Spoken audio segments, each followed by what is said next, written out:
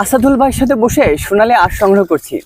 আমাদের বাংলাদেশের কৃষকদের একসময় ভাগ্যের চাকা ঘুরিয়েছিল এই সোনালী আঁশ। খ্রিস্টপূর্ব 3য় সহস্রাব্দে সর্বপ্রথম পৃথিবীতে এই সোনালী আঁশ ব্যবহার শুরু হয়।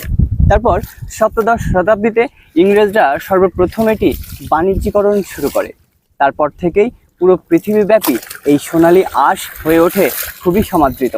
আপনি জেনে অবাক হবেন, বাংলাদেশই একমাত্র দেশ যে দেশে সব থেকে বেশি এই সোনালী আঁশ উৎপাদন করা হয়। যেমন এই 25-26 অর্থবছরে প্রায় 15 লক্ষ মেট্রিক টন সোনালী আঁশ উৎপাদনের লক্ষ্যমাত্রা ধরা হয়েছে। আমাদের বাংলাদেশের কৃষকরা এই সময়টা সব থেকে বেশি ব্যস্ত সময় পার করেন এই আঁশ সংগ্রহে। দেখেন, শ্রাবণের শেষে ভাদ্রের প্রথমে আকাশে সাদা মেঘ খেলা করছে, আর এই বিলের পানি নেমে যাওয়ার উপক্রম। সেই সময় পাটঘাটি থেকে এই পাট সংগ্রহে কৃষকরা খুব ব্যস্ত হয়ে পড়েন, না হলে সব নষ্ট হয়ে যাবে। কারণ যদি পানি নষ্ট হয়ে যায় তাহলে পাটের রং খারাপ হয়ে যাবে, সোনালি রং আর কৃষকরা পাবে না।